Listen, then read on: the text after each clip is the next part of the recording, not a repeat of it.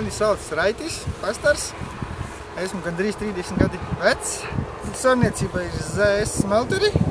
Atrodas Preļu rajona novadā. Tad ar lauksaimniecību nodarbojos bet no 2009. gada.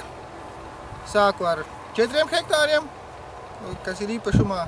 Tad bija 36, tagad jau gandrīz 80. Pamata nozare ir graudi. Tad pamēģināju bišķiņu, tagad nopietnāk mēģināju šos gaļas lopiem. Arī nedaudz kartupeļi, dārzeņi. Graudkopībā praktiski pamatā ir kvieši, kā vienmēr.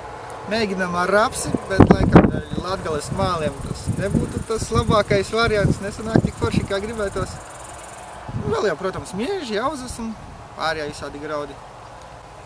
Tos, piemēram, mazāk svarīgos graudus jau arī vajag paša lopiņiem.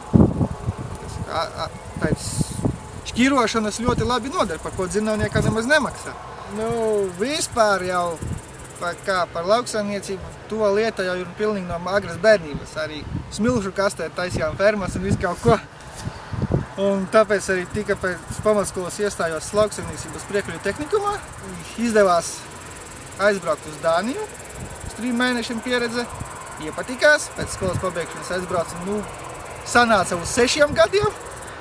Un pabiju vairākais saimniecībās, gan kartupeļu, gan zemeņu, gan rūkšu, gan graudu saimniecībās.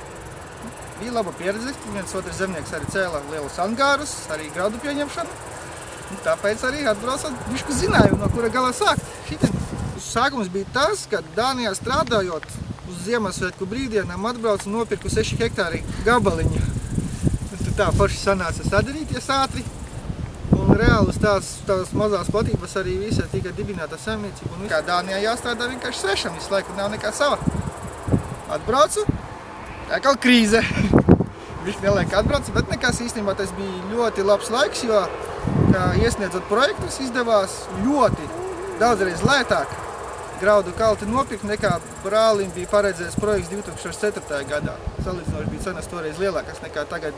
Vajadzēja savu kalti, jo te apkārtnē praktiski graudus iztīrīt, izkaltēt praktiski nav kur vispār.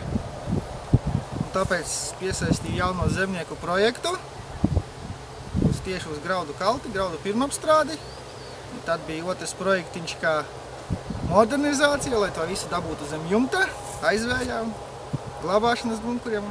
Tādā veidā turpmāk jau, protams, gribētu saimniecību vismaz 10 reizes palielināt. Lai var redzēt, ko padarīt vēlākam. Vai mazai Anitrai ir ko iesākt un tādā garā. Gribētos vismaz 52 gotiņas, lai katru nedēļu gadā var pa vienam buļļu kā viņš pārdot. Vismaz uz graudkopību un lopkopību centīsimies daudz vairāk spiest.